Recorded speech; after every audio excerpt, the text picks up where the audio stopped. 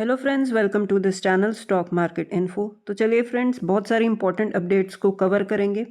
सबसे पहले friends, ICIC bank आज एक पॉजिटिव न्यूज़ के चलते फोकस में है। आज एक अच्छी लेवल पर ट्रेड कर रहा है, ग्रीन में इनफैक्ट ट्रेडिंग कर रहा है।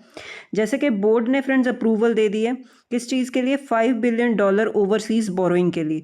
तो ये बहुत ही अच्छी न्यूज़ है बैंक के पॉइंट ऑफ व्यू से। तो जो स्टॉक भी है वो भी एक हायर लेवल पर ट्रेड कर रहा है। उसके बाद फ्रेंड्स, साथ साथ बैंकिंग सेक्टर को अगर कवर करें तो एचडीएफसी बैंक को लेकर भी एक अच्छी न्यूज़ आई है।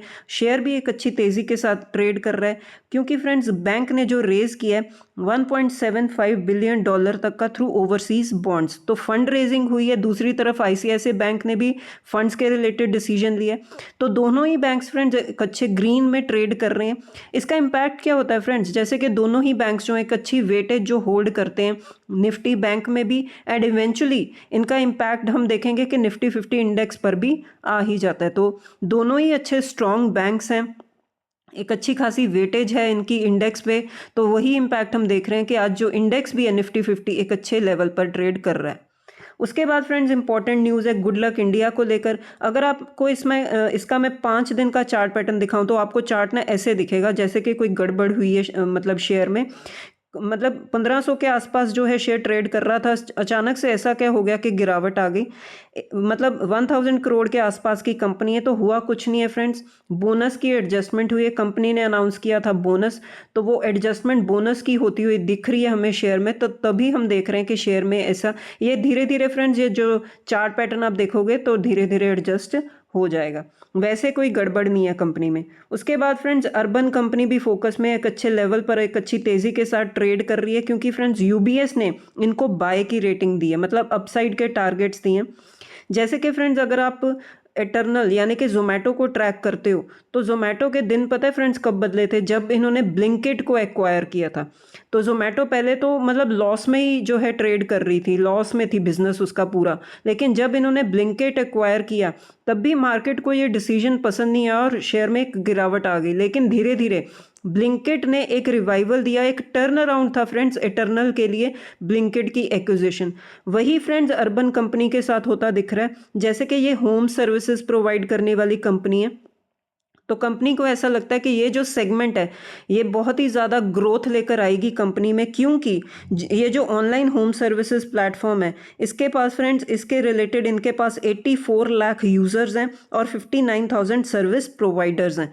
तो ये फ्रेंड्स, ये कंपनी भी टर्न अराउंड हो सकती है, इनका होम सर्विसेज सेगमेंट एक अच्छी ग्रोथ लेकर आ सकता है। इसीलिए फ्रेंड्स यूबीएस ने भी इनको एक इनिशिएट किया, बाय की रेटिंग दी है। उसके बाद फ्रेंड्स, अब सीएलएसए ने ना आईटी सेक्टर को जो है डाउनग्रेड किया था। अब कोटक भी जो है कॉशियस हो रहे हैं आईटी सेक्टर को लेकर और डाउनग्रेड किया है। अब इसमें हो क्या रहा है फ्रेंड्स, जैसे कि इन्होंने डाउनग्रेड किया इन्फोसिस और टीसीएस को, ठीक है। तो पहले इन्होंने बाय की रेटिंग दी थी, अब उन्होंने ऐड की रेटिंग दे दी है।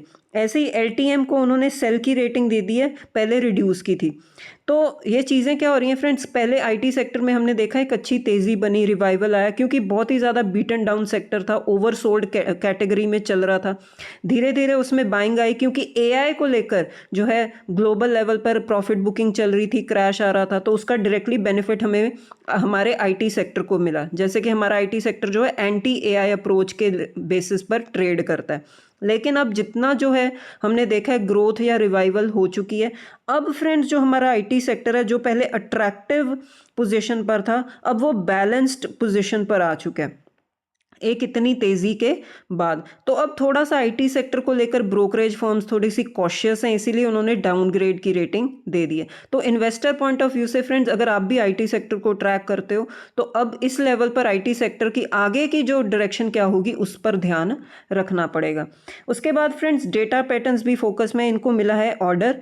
ऑर्डर कहाँ से मिला है फ्रेंड्स, बेल से, भारत इलेक्ट्रॉनिक्स, रडार इलेक्ट्रॉनिक्स के रिलेटेड ये ऑर्डर है और ऑर्डर की वैल्यू है 585.76 करोड़। तो डेटा पैटर्न्स के लिए भी ये एक अच्छी खबर है।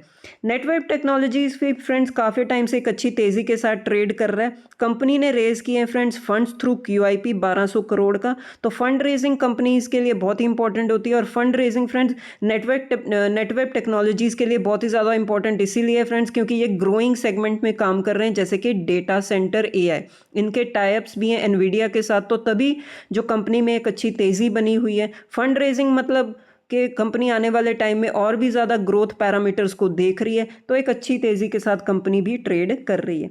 नेक्स्ट है फ्रेंड्स मणिपाल हेल्थ एंटरप्राइजेज, नई नई लिस्टिंग है कंपनी की, तो इनके आए थे रिजल्ट्स, तो रिजल्ट्स जो है देखने लायक बनते हैं।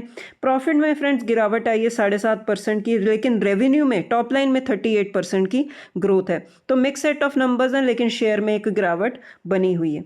नेक्स्ट है फ्रेंड्स, अगर आप हॉस्पिटैलिटी सेक्टर, होटल सेक्टर को अगर आप ट्रैक करते हो, तो एक कंपनी आपने सुनी होगी लेमन ट्री होटल्स, अच्छी कंपनी है फ्रेंड्स, डिसेंट कंपनी है। कंपनी ने फ्रेंड्स अनाउंस किया कि इन्होंने 12th जो ऑपरेशनल होटल इन्होंने ओपन किया गुजरात में, और आने वाले टाइम में भी फ्रेंड्स 20 ऐसे होटल्स जो उनके पाइपलाइन में कि उस स्टेट में ये ओपन करेंगे। तो मतलब ग्रोथ की तरफ कंपनी फोकस कर रही है, केपेक्स कर रही है। तो आप होटल सेक्टर को अगर ट्रैक करते हो तो आप इस कंपनी को नोट डाउन करके चल सकते हो। लास्ट में जाते जाते फ्रेंड्स, जैसे कि डेटा मतलब सामने आता रहता है कि बाइंग जो हो रही है, चाहे वो डीआईज हैं, चाहे वो एफआईज हैं, चाहे वो म्यूचुअल फंड्स हैं, तो टाइम टू टाइम फ्रेंड्स मैं भी वीडियोस कवर करती हूँ कि कौन से सेक्टर्स में बाइंग हो रही है, सेलिंग हो रही है। तो एफआईज ने फ्रेंड्स थोड़े काफ़ी टाइम से हम देख रहे हैं कि बाइंग की उनकी जो इंटरेस्ट है वो थोड़ा सा इंक्रीज हो रहा है। अभी भी ये बोल सकते हैं कि मतलब पूरे कॉन्फिडेंस के साथ नहीं हो रही, लेकिन धीरे धीरे वो बाइंग कर रहे हैं। इस मंथ की भी अगर बात करें फ्रेंड्स, उन्होंने 6000 करोड़ से भी ज़्यादा की जो है इंडियन इक्विटीज़ में बाइंग की है। कौन से सेक्टर्स में बाइंग की है फ्रेंड्स, कौन से सेक्टर्स में उन्होंने एग्जिट लिया है, तो थोड़ा सा वो स्टडी कर लेते हैं। जैसे कि फ्रेंड्स इस बार जो है फॉरेन इन्वेस्टर्स ने जो इंटरेस्ट शो किया है वो है इंडियन फाइनेंशियल स्टॉक्स, तो फाइनेंशियल स्टॉक्स में उन्होंने जो है बाइंग की है। और साथ साथ फ्रेंड्स थोड़ा सा चेंज आया, इन्वेस्टमेंट्स उन्होंने की हैं ऑटोमोबाइल सेक्टर में और कंज्यूमर सर्विसेज में। तो अगर आपने प्रीवियस डेटा अगर आप स्टडी करते हो तो ये दो सेक्टर्स हैं जिसमें उन्होंने सेलिंग की थी। अब फिर से इंटरेस्ट थोड़ा सा इंक्रीज हो रहा है, तो ऑटो सेक्टर में और कंज्यूमर सर्विसेज सेक्टर में उन्होंने बाइंग की है। साथ साथ फ्रेंड्स उनका जो प्रेफरेंस है वो शिफ्ट हो रही है towards health care and IT sector. तो आईटी सेक्टर में भी हम देख रहे हैं थोड़ी थोड़ी बाइंग हुई है, वो बीटन डाउन सेक्टर था इसीलिए लोअर लेवल से बाइंग हुई है। तो आईटी सेक्टर में इनका इंटरेस्ट दिखा है टिल डेट जो हम इस मंथ का डेटा देखें, और हेल्थ केयर सेक्टर। उसके बाद फ्रेंड्स अब एग्जिट किस में लिया है, सेल किस में किया उन्होंने, किस सेक्टर में, तो वो है फ्रेंड्स टेलीकॉम सेक्टर और कैपिटल गुड सेक्टर। ये दो ऐसे सेक्टर्स हैं जिसमें उन्होंने सेलिंग की है। तो ये कुछ डेटा है फ्रेंड्स जो सेक्टर वाइज निकल कर सामने आया कि एफआईज का इंटरेस्ट इस कौन से सेक्टर्स में था और सेलिंग कहाँ पर हुई है। तो ये डेटा फ्रेंड्स कोई फिक्स नहीं होता, चेंज होता रहता है फ्रॉम टाइम टू टाइम। थोड़ा सा स्टडी पॉइंट ऑफ व्यू से हम थोड़ा सा फोकस रखते हैं कि कौन से ऐसे सेक्टर्स हैं जिसमें इनफ्लो आ रहा है या आउटफ्लो हो रहा है। तो ठीक है फ्रेंड्स, वीडियो में इतना ही, अब मिलते हैं नेक्स्ट वीडियो में। Till then bye bye.